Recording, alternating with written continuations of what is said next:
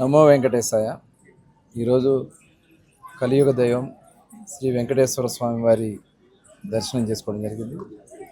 మరి స్వామివారి ఆశీర్వాదాలు అందరికీ ఉండాలని, మరి తిరుపతి పవిత్రతని కాపాడటానికి గౌరవ ముఖ్యమంత్రి వర్యులు నారా చంద్రబాబు నాయుడు గారు మరి చేసినటువంటి కృషి ఇక్కడ అడుగడుగునా కనబడతా ఉంది. చాలా పవిత్రత, అలాగే ఒక ఆధ్యాత్మికమైనటువంటి ప్రదేశంగా అద్భుతంగా కనబడతా ఉంది. మరి రేపు అమరావతిలో కూడా శ్రీనివాస కళ్యాణం కార్యక్రమాన్ని పెద్ద ఎత్తున నిర్వహిస్తూ ఉన్నారు.